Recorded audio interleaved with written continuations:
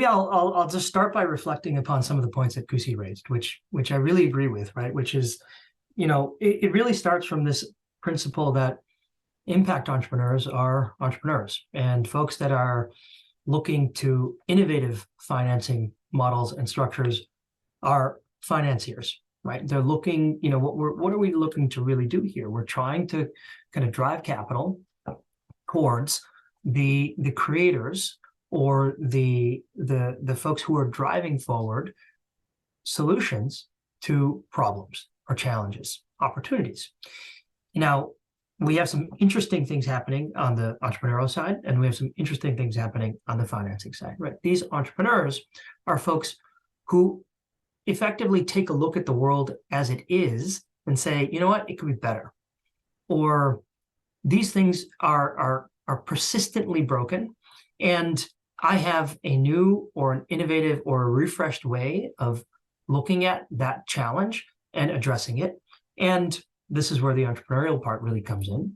There's an economic driver that turns that engine, right? That there is, in a phrase, it's investing or creating solutions to big challenges can be really good business in the long term. Now, that's a big and very broad statement, right? The details are really where we're going to get into this, right? But now, on the financing side, you have folks who recognize that and want to deploy capital in that direction. That capital, the intention behind that capital comes from both a financial returns-oriented perspective, but that's not the only perspective.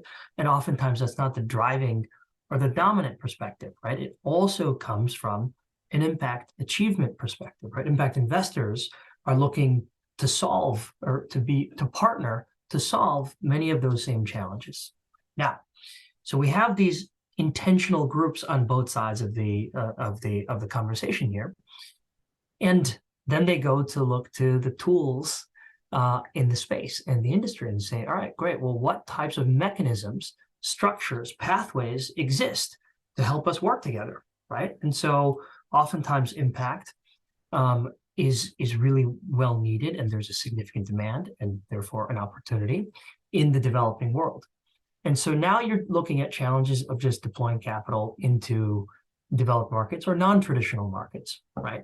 Impact investors also come from a lot of different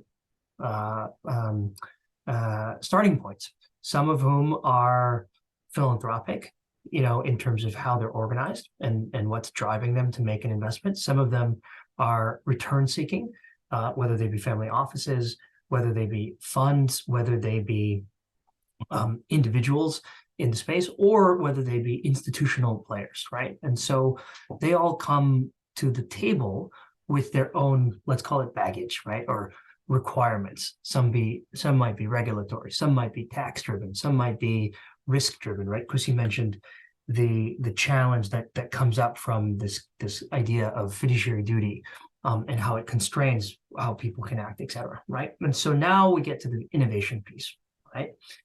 Innovation is there, in my view, to solve for these challenges, right? The main point is that folks are looking to partner to create impact. And the tools that are available, if they were well fit, right? If you could just pull the investment structure off the shelf and apply it, then no need to innovate, right? Might as well. And I think what has happened in many instances is that's exactly what's been done, right? Kind of a venture capital structure has been pulled off the shelf to apply to a high growth, early stage enterprise in a developing market in some region of the world in which there is an opportunity to create impact via a commercial model. The assumption being, oh, it's just kind of like a Silicon Valley, early stage enterprise, right? There aren't significant assets that we can take a security interest in, so debt probably doesn't work. What's on the other side of the equation? Oh, kind of a high risk equity type of a structure. But there's a lot of assumptions that are built into that decision to do that.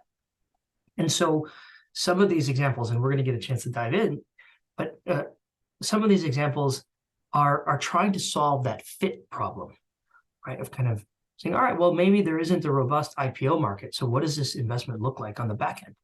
Or, what is the tax regime in this particular kind of jurisdiction? And does it allow me to do what I expect? Can I get my cash out at the end of at the end of this?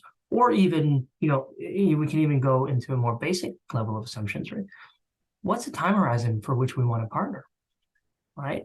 And now we're talking about kind of, fund design, kind of in terms of, right, well, we're designing an impact fund. Should we have a 7-year time horizon? Does that work for the markets that we're looking to invest in? Does that work for the relationships that we're looking to build with the entrepreneurs on the ground, right? So these are some of the challenges that arise that we're looking to solve for from an kind of innovation standpoint. I guess the other thing I would say is that innovation, and we'll get a chance to kind of dive into this, right? But innovation itself can be a challenge, right? So maybe I'll just kind of leave that point for us to come back to, but it's a really important point in this conversation, right? Innovation is an approach to solving challenges that are present because of where people are coming from, where they sit, what we're trying to achieve. But innovation in and of itself can create some challenges as well.